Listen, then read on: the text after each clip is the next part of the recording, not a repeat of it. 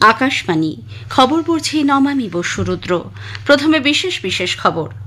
জাতির জনক মহাত্মা গান্ধীর ৭৭তম প্রয়াণ বার্ষিকী দেশজুড়ে শহীদ দিবস হিসেবে পালিত হচ্ছে। বাজেট অধিবেশনের প্রাক্কালে নতুন দিল্লিতে আজ সর্বদলীয় বৈঠক বসেছে। ওয়াকফ সংশোধন বিল ২০২৪ সংক্রান্ত সংসদের যৌথ কমিটি আজ লোকসভার অধ্যক্ষ ওম বিড়লার কাছে তাদের রিপোর্ট জমা দিয়েছে। প্রয়াগরাজের মহাকুম্ভে সুষ্ঠুভাবে চলছে পুণ্যস্নান। ভক্তদের সুবিধার্থে পর্যাপ্ত পরিমাণে পুলিশ ও অন্যান্য নিরাপত্তা বাহিনী মোতায়েন রয়েছে। মার্কিন যুক্তরাষ্ট্রের ওয়াশিংটন ডিসির রিগান বিমানবন্দরের কাছে মাঝ আকাশে সেনাবাহিনী হেলিকপ্টারের সঙ্গে যাত্রীবাহী বিমানের সংঘর্ষে কমপক্ষে ১৮ জনের মৃত্যু হয়েছে। ইডেনের রঞ্জি ট্রফির গ্রুপ লিগ পর্যায়ের ম্যাচে বাংলা আজ পাঞ্জাবের মুখোমুখি। আজ বিস্তারিত খবর। দেশবাসী আজ সশ্রদ্ধ চিত্তে জাতির জনক মহাত্মা গান্ধীর ৭৭তম প্রয়াণ বার্ষিকীতে তাঁর স্মৃতি তর্পণ করছে। দেশজুড়ে দিনটি পালিত হচ্ছে শহীদ দিবস হিসেবে। নতুন দিল্লির রাজঘাটে সকালে সর্বধর্ম প্রার্থনা সভার আয়োজন করা হয়। জাতীয় রাজধানীতে মহাত্মা গান্ধীর স্মৃতিসৌধে আজ পুষ্পার্ঘ্য অর্পণ করেন রাষ্ট্রপতি দ্রৌপদী মুর্মু, উপরাষ্ট্রপতি জগদীপ ধনখড়, প্রধানমন্ত্রী নরেন্দ্র মোদী এবং বিরোধী দলনেতা রাহুল গান্ধীও পুষ্পস্তবক নিবেদন করেন। উপস্থিত ছিলেন কেন্দ্রীয় মন্ত্রী রাজনাথ সিং, মনোহরলাল খাট্টার, ৩ বাহিনীর প্রধান এবং চিফ অব ডিফেন্স স্টাফ। নতুন দিল্লির রাজঘাটে আজ জাতীয় গান্ধী মিউজিয়ামে মহাত্মা গান্ধীর জীবনের ওপর এক বিশেষ প্রদর্শনীর উদ্বোধন হবে। এর নাম journey of the Mahatma through his own documents. প্রদর্শনীতে বেশ কিছু দুর্লভ ছবি, সরকারি নথিপত্র, অডিও রেকর্ডিং, ভিডিও ক্লিপিংস এবং মহাত্মা গান্ধীর ব্যক্তিগত চিঠি রাখা হবে। পশ্চিমবঙ্গে এই উপলক্ষে মূল অনুষ্ঠানটি হয় উত্তর চব্বিশ পরগনার ব্যারাকপুরের গান্ধীঘাটে। অনুষ্ঠানে গান্ধী স্মারক সৌধে পুষ্পস্তবক দিয়ে শ্রদ্ধা জানান রাজ্যপাল সিভি আনন্দ বোস। প্রধানমন্ত্রী নরেন্দ্র মোদী মহাত্মা গান্ধীর প্রয়াণ বার্ষিকীতে তাঁর প্রতি শ্রদ্ধা জানিয়েছেন। সোশ্যাল মিডিয়ায় এক পোস্টে শ্রী মোদী বলেন, গান্ধীজির আদর্শ দেশবাসীকে উন্নত ভারত গঠনে অনুপ্রেরণা যোগায়। বাজেট অধিবেশনের প্রাক্কালে নতুন দিল্লিতে আজ সর্বদলীয় বৈঠক বসেছে। অধিবেশন চলাকালীন সংসদের কাজকর্ম সুষ্ঠুভাবে রাখার জন্য সরকার বিভিন্ন দলের নেতৃবৃন্দের সঙ্গে আলোচনা করছে। প্রতিরক্ষামন্ত্রী রাজনাথ সিং, স্বাস্থ্যমন্ত্রী জেপি নাড্ডা, সংসদ বিষয়ক মন্ত্রী কিরেন রিজিজু, কংগ্রেস সাংসদ জয়রাম রমেশ এবং গৌরব গগৈ, তৃণমূল কংগ্রেস সাংসদ সুদীপ বন্দ্যোপাধ্যায়, সমাজবাদী পার্টির রামগোপাল যাদব, বিজেডি সুস্মিত পাত্র, ডিএমকে টিআর বালু সহ অন্যান্য সাংসদরা বৈঠকে যোগ দিয়েছেন। উল্লেখ্য, আগামীকাল রাষ্ট্রপতি দ্রৌপদী মুর্মুর অভিভাষণের মধ্যে দিয়ে বাজেট অধিবেশনের সূচনা হবে। এদিনই অর্থমন্ত্রী নির্মলা সীতারামন অর্থনৈতিক সমীক্ষা পেশ করবেন। শনিবার ১ ফেব্রুয়ারি ২০২৫-২৬ অর্থবর্ষের বাজেট পেশ করবেন শ্রীমতী সীতারামন। লোকসভা এবং রাজ্যসভায় রাষ্ট্রপতির অভিভাষণের ওপর ধন্যবাদ সূচক প্রস্তাব নিয়ে আলোচনা হবে সোমবার। বাজেট অধিবেশনের প্রথম পর্ব চলবে ১৩ ফেব্রুয়ারি পর্যন্ত। দ্বিতীয় পর্ব শুরু হবে ১০ মার্চ থেকে, চলবে ৪ এপ্রিল পর্যন্ত। ওয়াকফ সংশোধন বিল ২০২৪ সংক্রান্ত সংসদের যৌথ কমিটি আজ লোকসভার অধ্যক্ষ ওম বিড়লার কাছে তাদের রিপোর্ট জমা দিয়েছে। বিজেপি সাংসদ জগদম্বিকা পাল সহ অন্যান্যরা সেখানে উপস্থিত ছিলেন। জগদম্বিকা পাল বলেন, গত ৬ মাস ধরে সংশ্লিষ্ট সব পক্ষের মতামত নিয়ে এই রিপোর্ট তৈরি করা হয়েছে। 6 महीने के सारे डिटेल डिस्कशंस के बाद सभी सदस्यों से हमने संशोधन मांगे थे। यह हमारी अंतिम बैठक थी कि उस 44 संशोधन पे आप इस पे सहमत हैं या इस पे असहमत हैं। तो सभी सदस्यों के द्वारा, चाहे किसी पक्ष के हों, उन लोगों ने अपने संशोधन दिए थे। उसमें 14 क्लाजेज पे या 14 संशोधनों में संशोधन स्वीकार हुआ है। উল্লেখ্য, গতকাল ওয়াকফ সংশোধন বিল ২০২৪-এর খসড়া প্রতিবেদন গৃহীত হয়। যমুনা নদীর জলে বিষ মেশানোর অভিযোগের বিরুদ্ধে তাদের পাঠানো নোটিশের নির্দিষ্ট এবং যথাযথ উত্তর আগামীকাল সকালের মধ্যে পাঠানোর জন্য আম আদমি পার্টির আহ্বায়ক অরবিন্দ কেজরিওয়ালকে নির্দেশ দিয়েছে নির্বাচন কমিশন। এক চিঠিতে কমিশন তাঁর মন্তব্যের সঙ্গে যমুনার জলে অ্যামোনিয়ার মাত্রা বেড়ে যাওয়া সংক্রান্ত দীর্ঘদিনের আইনি জটিলতার বিষয়টি বাদ রেখে জবাব দেওয়ার জন্য শ্রী কেজরিওয়ালকে নির্দেশ দিয়েছে।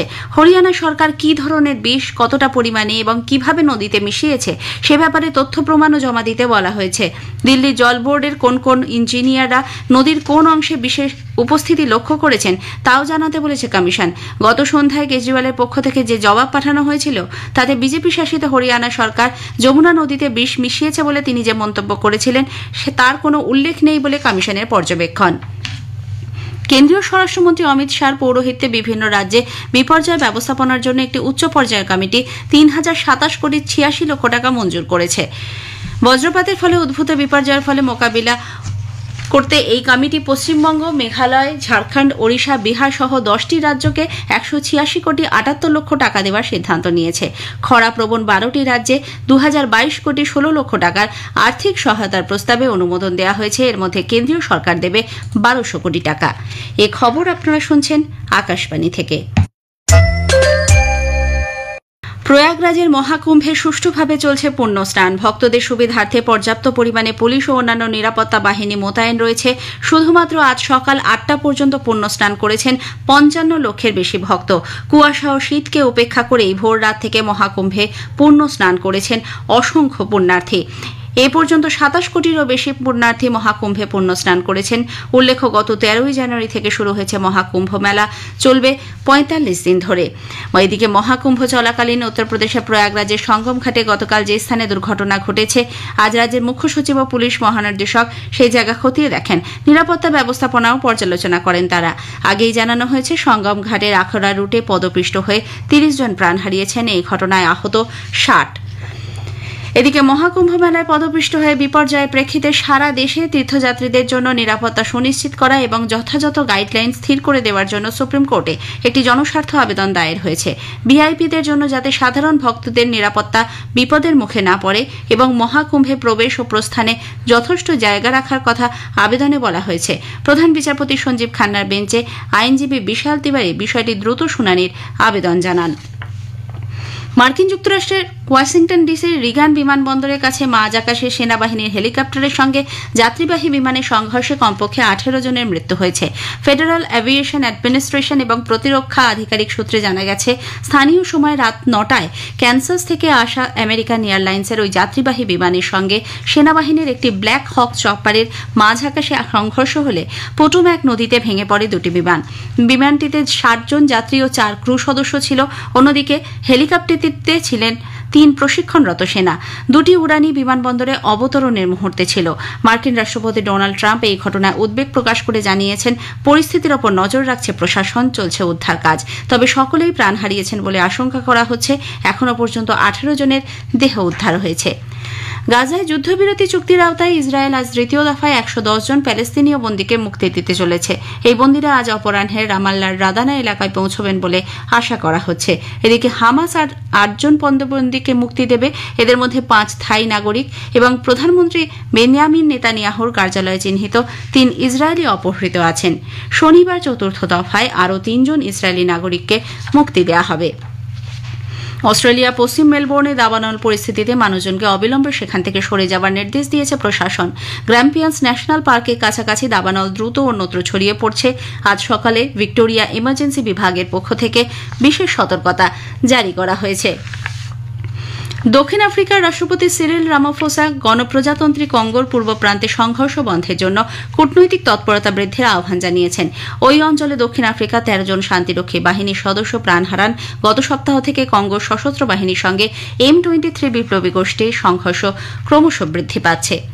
ইডেনে বাংলা ও পাঞ্জাবের মধ্যে 4 দিনের রঞ্জি ট্রফির ম্যাচ আজ শুরু হয়েছে। টসে জিতে বাংলা পাঞ্জাবকে ব্যাট করতে পাঠিয়েছে। একটু আগে পাওয়া খবরে জানা গেছে, পাঞ্জাব 8 উইকেটে 156 রান করেছে। ভারতের প্রাক্তন উইকেট কিপার ব্যাটার বাংলার ঋদ্ধিমান সাহা তাঁর ক্রিকেট জীবনের শেষ ম্যাচ খেলছেন। জম্মু কাশ্মীর, লাদাখ, গিলগিট বালতিস্তান, মুজাফফরাবাদে আগামী 3-4 দিন হালকা থেকে মাঝারি বৃষ্টি এবং তুষারপাতের পূর্বাভাস দিয়েছে ভারতীয় আবহাওয়া দপ্তর। হিমাচল প্রদেশ এবং উত্তরাখণ্ডে আগামী শনিবার পর্যন্ত পরিস্থিতি একই থাকবে। শেষ করার আগে খবরের বিশেষ কিছু অংশ আরও একবার। জাতির জনক মহাত্মা গান্ধীর 77তম প্রয়াণ বার্ষিকী দেশজুড়ে শহীদ দিবস হিসেবে পালিত হচ্ছে। বাজেট অধিবেশনের প্রাক্কালে নতুন দিল্লিতে আজ সর্বদলীয় বৈঠক বসেছে। ওয়াকফ সংশোধন বিল সংক্রান্ত সংসদের যৌথ কমিটি আজ লোকসভার অধ্যক্ষের কাছে তাদের রিপোর্ট জমা দিয়েছে। খবর শেষ হলো, এরপরই শুনুন স্থানীয় সংবাদ। স্থানীয় সংবাদ পড়ছি সুদীপ পশু। উত্তরপ্রদেশের প্রয়াগরাজে মহাকুম্ভে পদপিষ্ট হয়ে এ রাজ্যের বাসিন্দা অন্তত 2 জনের মৃত্যুর খবর মিলেছে। কলকাতার গল্ফ গ্রিনের অশ্বিনীনগরের বাসিন্দা বাসন্তী পোদ্দার নামে এক প্রৌঢ়া পরিবারের সঙ্গে কুম্ভমেলায় স্নান করতে গিয়েছিলেন। হুড়োহুড়ির মধ্যে তিনি পদপিষ্ট হন। পরিবারের লোক ইতোমধ্যে প্রয়াগরাজের উদ্দেশ্যে রওনা দিয়েছেন। এদিকে পশ্চিম মেদিনীপুরের শালবনির গোদাপিয়াশালের বাসিন্দা উর্মিলা ভূঁইয়া পূর্ণ স্নানে গিয়ে প্রাণ হারিয়েছেন বলে জানা গেছে। উত্তরপ্রদেশ প্রশাসনের সঙ্গে বিষয়টি নিয়ে যোগাযোগ রেখে চলেছে রাজ্য সরকার। দিল্লি রেসিডেন্ট কমিশনারের কার্যালয় থেকে একটি দল প্রয়াগরাজ গেছে। উল্লেখ্য মৌনী অমাবস্যার অমৃত স্নানে প্রচণ্ড ভিড়ের মধ্যে পদপিষ্ট হয়ে এখনো পর্যন্ত ৩০ জনের মৃত্যুর খবর মিলেছে, আহত অনেকে। এদিকে প্রয়াগরাজের মহাকুম্ভে সুষ্ঠুভাবে চলছে পুণ্য স্নান। শুধুমাত্র আজ সকাল ৮টা পর্যন্ত পুণ্য স্নান করেছেন ৫৫ লক্ষের বেশি ভক্ত। এ পর্যন্ত ২৭ কোটিরও বেশি পুণ্যার্থী মহাকুম্ভে পুণ্য স্নান সেরেছেন। উল্লেখ্য গত ১৩ জানুয়ারি থেকে শুরু হয়েছে মহাকুম্ভ মেলা, চলবে ৪০-৪৫ দিন ধরে। কলকাতায় পথ দুর্ঘটনার হ্রাস টানতে পুলিশ দুর্ঘটনা প্রবণ স্থানগুলিকে চিহ্নিত করে আরও বেশি নজরদারির সিদ্ধান্ত নিয়েছে। কলকাতা পুলিশের ট্রাফিক বিভাগের সূত্র থেকে জানা গেছে যে প্রাথমিকভাবে ঠিক হয়েছে দুর্ঘটনা প্রবণ রাস্তাগুলিতে আরও বেশি সংখ্যক স্পিড ব্রেকার, সিসিটিভি এবং অধিক সংখ্যায় পুলিশ কর্মী ও অফিসার মোতায়েন করা হবে। এর পাশাপাশি বাড়ানো হবে রাতের নিরাপত্তাও। গিলেন ব্যারি সিন্ড্রোম নিয়ে অযথা আতঙ্কিত না হওয়ার পরামর্শ দিয়েছে রাজ্য স্বাস্থ্য দপ্তর। গতকাল এই রোগের বর্তমান অবস্থা নিয়ে স্বাস্থ্য সচিব নারায়ণ স্বরূপ নিগম বিভিন্ন হাসপাতালের সুপার, জেলার মুখ্য স্বাস্থ্য আধিকারিক এবং বিশেষজ্ঞ চিকিৎসকদের নিয়ে জরুরি বৈঠক করেন। স্বাস্থ্য ভবনে আয়োজিত এই বৈঠকে নতুন কোনো এলাকা থেকে আক্রান্ত হবার খবর আসছে কিনা তার উপর নজর রাখা ছাড়াও সকলকে সতর্ক থাকার কথা বলা হয়েছে। জিবি সিন্ড্রোমে আক্রান্ত হয়ে রাজ্যে আরও এক কিশোরের মৃত্যু হয়েছে। উত্তর ২৪ পরগনার জগদ্দলের বাসিন্দা বছর দশেকের দেবকুমার সাউয়ের গত ১৪ জানুয়ারি সর্দি কাশির উপসর্গ দেখা যায়। অন্যদিকে জিবি সিন্ড্রোমে আক্রান্ত ৪ বছরের এক শিশুকন্যা শিলিগুড়ির একটি বেসরকারি হাসপাতালে ভর্তি রয়েছেন। কোচবিহারের বাসিন্দা ওই শিশু আপাতত বিপন্মুক্ত। রাজ্যের ৩৪৫টি ব্লকের মধ্যে ১০৬টি ব্লকের ভূগর্ভস্থ জলে বিপজ্জনক মাত্রায় আর্সেনিক ও ফ্লোরাইড রয়েছে বলে সম্প্রতি কেন্দ্রীয় সরকারের এক রিপোর্টে উল্লেখ করা হয়েছে। পুরুলিয়া জেলার বিভিন্ন ব্লকে সবচেয়ে বেশি ফ্লোরাইড এবং মুর্শিদাবাদে সবচেয়ে বেশি আর্সেনিকের সন্ধান মিলেছে।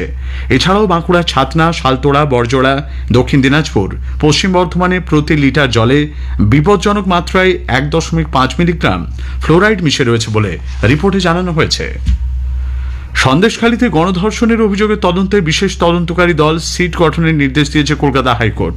লালবাজারের হোমিসাইড শাখার এসিপি বীরেশ্বর চট্টোপাধ্যায়ের নেতৃত্বে গঠিত হবে এই তদন্তকারী দল। দলটিতে আছেন বাদুড়িয়ার এসডিপিও রাহুল মিশ্র। তদন্তের অগ্রগতি সংক্রান্ত রিপোর্ট ১ মাস পর বসিরহাটের এসিজেএম এর কাছে জমা দেওয়ারও নির্দেশ দেওয়া হয়েছে। বাজেট অধিবেশনের প্রাক্কালে নতুন দিল্লিতে আজ সর্বদলীয় বৈঠক বসেছে। অধিবেশন চলাকালীন সংসদের কাজকর্ম সুষ্ঠুভাবে চলার জন্য সরকার বিভিন্ন দলের নেতৃবৃন্দের সঙ্গে আলোচনা করছে। প্রতিরক্ষামন্ত্রী রাজনাথ সিং, স্বাস্থ্যমন্ত্রী জেপি নাড্ডা, সংসদ বিষয়ক মন্ত্রী কিরেন রিজিজু, কংগ্রেস সাংসদ জয়রাম রমেশ ও গৌরব গগৈ, তৃণমূল কংগ্রেস সাংসদ সুদীপ বন্দ্যোপাধ্যায়, সমাজবাদী পার্টি রামগোপাল যাদব, বিজেডির সস্মিত পাত্র, ডিএমকে টিআর বালু সহ অন্যান্য সাংসদরা বৈঠকে যোগ দিয়েছেন। উল্লেখ্য, আগামীকাল রাষ্ট্রপতি দ্রৌপদী মুর্মুর অভিভাষণের মধ্যে দিয়ে বাজেট অধিবেশনের সূচনা হচ্ছে। দেশের অন্যান্য অংশের সঙ্গে আজ এ রাজ্যেও জাতির জনক মহাত্মা গান্ধীর ৭৭তম প্রয়াণবার্ষিকী শহীদ দিবস হিসেবে পালিত হচ্ছে। এই উপলক্ষে উত্তর ২৪ পরগনার ব্যারাকপুরের গান্ধীঘাটে এক অনুষ্ঠানে গান্ধী স্মারক সৌধে পুষ্পস্তবক দিয়ে শ্রদ্ধা জানান রাজ্যপাল সিভি আনন্দ বোস। ছিলেন ব্যারাকপুরের সাংসদ পার্থ ভৌমিক। রাজ্যপাল বলেন, This is a day of days and the whole nation gives its homage and salutations to the great Mahatma. This day should teach us that the teachings of Mahatma Gandhi are relevant for all times. As I say, Caesar the dead is mightier than Caesar the alive. Gandhi is stronger after his death. We are all inspired by him. We are indebted to Father of the nation. Alipore jail মিউজিয়ামের সামনে এক অনুষ্ঠানে গান্ধী স্মারক সৌধে মালা দিয়ে শ্রদ্ধা জানান mayor Firhad Hakim. Nabanna বিধানসভা ভবনেও দিনটি যথাযোগ্য মর্যাদায় পালন করা হচ্ছে। ইডেনে বাংলা ও পাঞ্জাবের মধ্যে 4 দিনের রঞ্জি ট্রফির ম্যাচ আজ শুরু হয়েছে। টসে জিতে বাংলা পাঞ্জাবকে ব্যাট করতে পাঠিয়েছে। শেষ খবর পাওয়া পর্যন্ত পাঞ্জাব 8 উইকেটে 178 রান করেছে। ভারতের প্রাক্তন উইকেট কিপার ব্যাটার বাংলার ঋদ্ধিমান সাহা তার ক্রিকেট জীবনের শেষ ম্যাচ খেলছেন। স্থানীয় সংবাদ শেষ হলো। এর পরের খবর বিকেল 5টা বেজে 10 মিনিটে।